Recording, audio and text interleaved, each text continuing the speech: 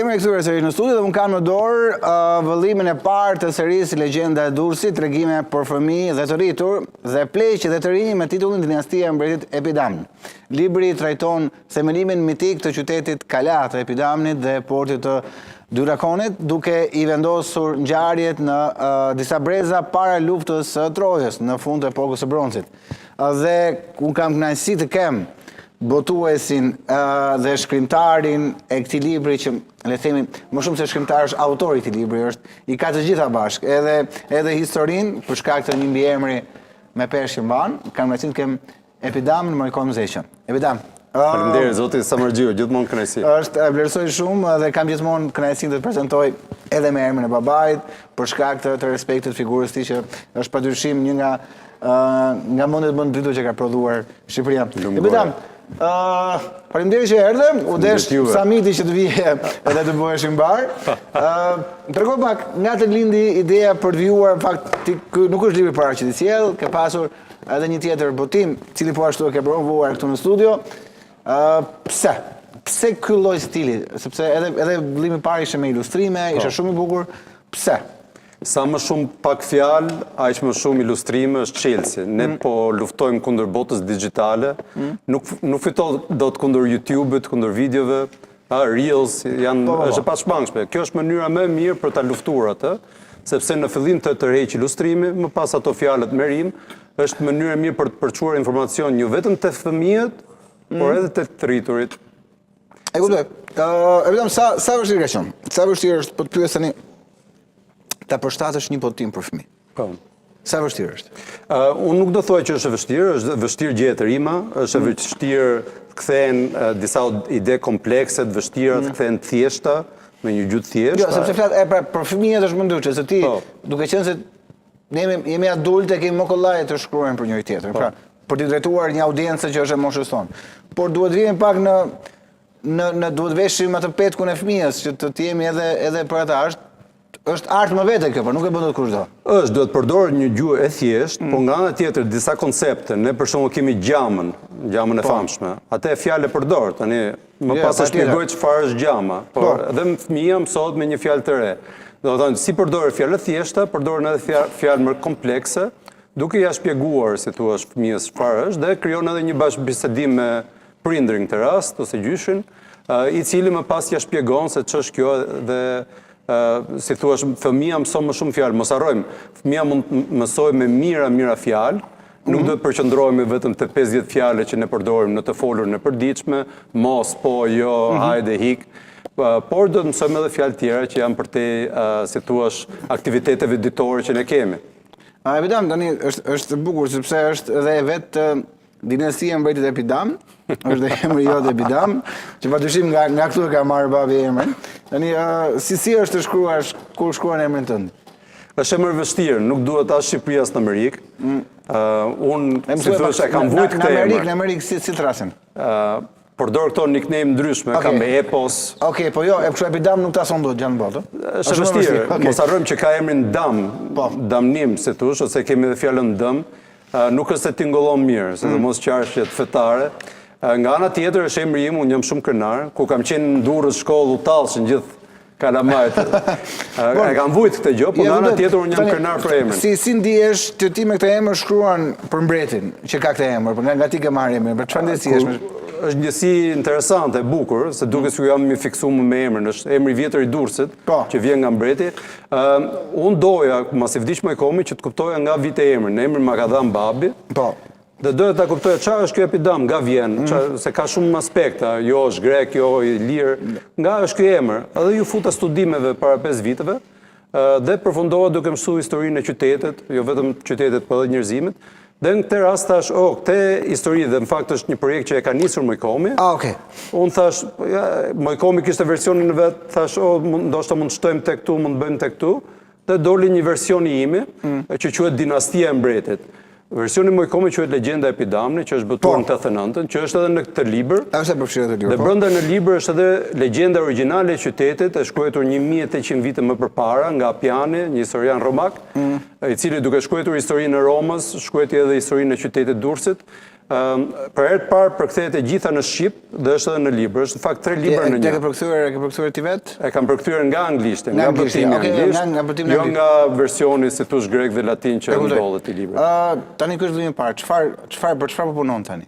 Po, është vëllimi i dytë, mas luftës Trojës, ju e tha që është para luftës, mas luftës. Mas luftës Trojës kapen personazhe, për shembull mbreti i parë Taulant që përmendet në letra, është Galaurus, që është një formë e Glaukut, se thuash. Dhe pastaj deri te Bardhyli, që kap edhe luftën e Peloponezit. Ebedam, ti këto informacioni ke nga botimet nga arkiva e babit apo po studion vet pa u bazuar te ajo arkive? Kam arkiven e Mojkomit, kam edhe gjithë autorët antik. Okej, pra por janë të gjithë janë Mojkomit, të gjithë nga babi ke të Mojkomit. Nga babi do shtoja edhe nga mamaja ime, Lida, që ka shkruar shumë për Durrësin, që është arkeologe. Me gjithë respektin. Edhe gjyshi. Jo, e di. Ky libër i dedikohet të treve, si gjyshit tim, Fabianit, Lidës edhe Mojkomit, por shtysa kryesore e librit është Mojkomi. Pra, domethënë, të gjitha gjërat që ti tashmë je futur në studime janë, le të themi, nga pasioni dhe ajo që ka lënë Mojkomi pas, dhe ti tashmë je duke studiuar për me sa vëllime ke menduar apo ende nuk ke. Historia e Durrësit është e pafund. Mojkomi thoshte janë bërë biblioteka të tëra për Durrësin. Por ti vet ke një plan? Unë, nëse hecë normale, unë mund bëj 5 libra të tilla. 5 libra. Se e sjell deri Durrësin deri Mesjet. Do të them, mas Bardhylit mund të flasësh për Durrësin deri në kohën e Cezarit dhe Pompeut, apo jo kohë romake, ku ndodh lufta civile këtu, mund ta sjellësh pastaj deri në Mesjet pa frikë. Durrësi është ka histori pafund. Jo, shumë gjë e bukur kjo vetëm, sepse thash jam shumë i bindur që edhe dy djemtë e mi të cilëve ti e ke dedikuar dhe vlerësoj shumë se ka bërë edhe me dedikim Leviku dhe Ron, do ta përpinë, por po mendoj edhe për fëmijët e tjerë, pra. Unë ndoshta jam ide se të tilla botime do duhet të jenë jo le të themi në kurrikula, po duhet të jenë libra plotësues sepse e bëjnë më të lehtë historinë. Se ka plot fëmijë që nuk e duan historinë, duket pak e mërzitshme, ose si thoni ju andej nga Kalifornia boring, por në këtë mënyrë ti e bën më të dashur një histori. Pra është si rrëfenj dhe aty mbetet. Unë jam me fat që kam bashkëpunuar me ilustruesen Angelida Ester Prifti. Besoj i kemi parë edhe një herë lutem Drelon. A janë ilustrime fantazia apo jo? Fantasia, janë shumë bukura. Kanë rësjell një histori antike të harruar. Kemi edhe këto me 3D, nuk e di si mund t'i quajmë, por janë ilustrime që janë fantastike, të janë të gjitha. E ka dorën, ajo është arkitekte, po është mjestre në akvarel.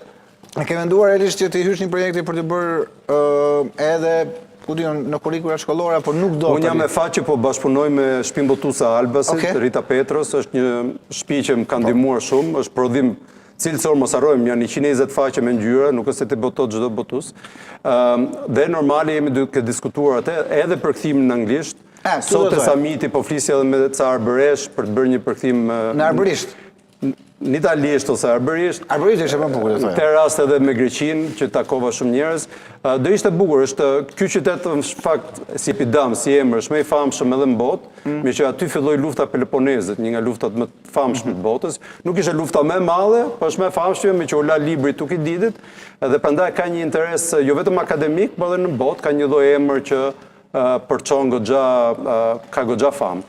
Unë uroj që të bëhen, tash se kam vetëm unë dorë, unë shkruaj libra. Ti ke nisur vëllimin tjetër, ke nisur ta punosh apo jo? Po, ndërkohë. Pra, okay, ky mbaroi, doli tashmë me kemi në treg, e gjejmë në gjitha libraritë në vend, por ti ke nisur punën për vëllimin tjetër apo jo? Po, për gjitha të vëllimet. Herë pyeta babin 2017 shkum te Panajir Librit, i thash, "Ba, sa libra ke botu këtë vit?"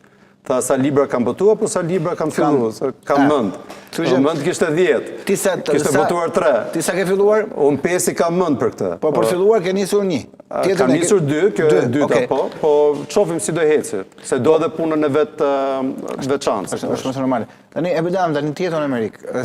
Sa mendon që po ta përkthesh në anglisht, por ti mund ta bësh vetë, nuk ka nevojë. Po. Mund ta bësh vetë për kthimin. Sa mendon që amerikanët, duke njohur amerikanët si janë, do ta përthithin një botim shqiptar të tillë? Varet me cilën shtëpi botuese e boton. Përkthimin e bëj vetë në anglisht, se i kam ato aftësitë. Në italisht nuk e bëj dot vërgjisht. Varet me çin lidhesh. Po ti thua që në Amerikë ka të bësh shumë shtëpi botuese, nuk ka të bëj. Normale se duhet ta popularizosh, duhet të bësh diçka të veçantë që të popularizosh. Amerikanët vetë mendon që do të ngjisi. Se di amerikanët si shqiptarë nuk lexojnë, me thënë drejtën. Okej, të doja të thoja. Këtu doja të dilja. Ndoshta, ti mund ta bësh për pasionin tënd, me që jeton atje. Mund ta bësh në anglisht, por ajo që them me arbëreshët ose në Greqi do ishte shumë herë më e vlefshme edhe për vetë komunitetet tona atje. Do thoja, emri Epidam është shumë i famshëm në Greqi, si qytet, sa ato i quajnë qytet në vet. Fakt del nga historia që qyteti Epidam është, si thuaç, si koloni dore korintike, kërkyrëse, është shumë e shkurtër periudha e saj, është 200 vite. Pjesa më e madhe e qytetit, 4000 vite, është, si thuaç, histori tjetër. Ne duhet jemi krenar për qytetin tonë, mos t'ja japim, si thua, çdo gjë tjerëve, por t'i majmë edhe ca gjëra bashkë. Madje një miku im, pastor Ben Pango, që është në Amerikë, më shkruan Apostoli Paul ka themeluar kishën e parë në Durrës, sot është shekun e parë rreth viteve 70. Me Cezarin që e vuni rreth viteve 70. Kështu që Apostoli Paul, domethënë, ka themeluar kishën e parë në Durrës. Pra, Durrësi është mbushur me histori. Pauli kaloi përpara në Dyrakium, Durrës, që të shkonte pastaj në Rom. Kështu që Durrësi ka plot Kjo është viti 50 ose 53 pas Krishtit. Nuk e di më shkruan rreth viteve 70. Jo, është 53 më duket. 70 është pak e vonë, po gjithsesi. Do që jam unë gabim. Okej. Me 10 vit lëvizje, në rëndësi ka historitë e Durrësit. Epidam, pse duhet çdo prind ta marrë këtë për fëmijën e tij? Po, duhet se mëson jo vetëm historinë e qytetit, po mëson pikës parë gjuhën shqipe, ke gjuhën shqipe aty është shkruar në rim. Janë ilustrimet, për shumë vajza ime do të bëhet ilustruese për shkak këtyre ilustrimeve.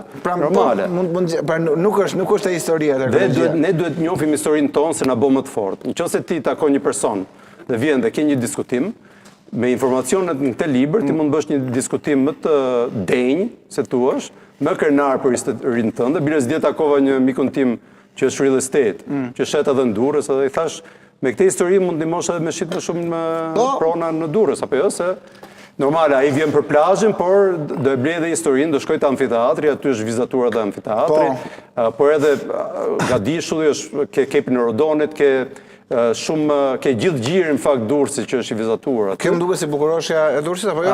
Kjo në fakt është vetë ilustruesja. Po është vajza e Epidamnit, Melisa ose Shqip Mjaltëza. Epidam, ky e ti apo jo? Kjo është pyetja që unë po shikoj. Unë do doja ti shoh, po se dia jam. Okej, ka marrë spuntën nga ty domethënë të paktën. Se kam hequr edhe mjekrën. Edhe syt unë kam kaf. Okej, po më në hije, ndoshta ka marrë hije të ndat. Uroj që po. Epidam, shumë faleminderit. Faleminderit juve. Shumë kënaqësi të të kisha në studio, ti je gjithmonë me pritur në Euronews në studion time, qoftë kur ti jesh në Shqipëri, qoftë nga Shtetet e Bashkuara, je gjithmonë i pritur, vetëm që kur ti jesh atje duhet të dëgjosh pak herët. Shumë faleminderit zoti Samargjiu. Respekte. Okej, dashur miq, këto ishin zhvillimet që kishim zgjedhur për sot, për lajme më të fundit nga vendi, rajonet e bota. Shkarkoni aplikacionin e Euronews.al në App Store dhe Google Play. Programet tona mund t'i ndiqni edhe në radio, frekuenca 105.7 MHz. Mos u largoni, pas pak vjen kolegja Ujeza Doshlani për zhvillimet kryesore. Unë do shpletoj Epidamin tani. Bashkë, mirupafshim.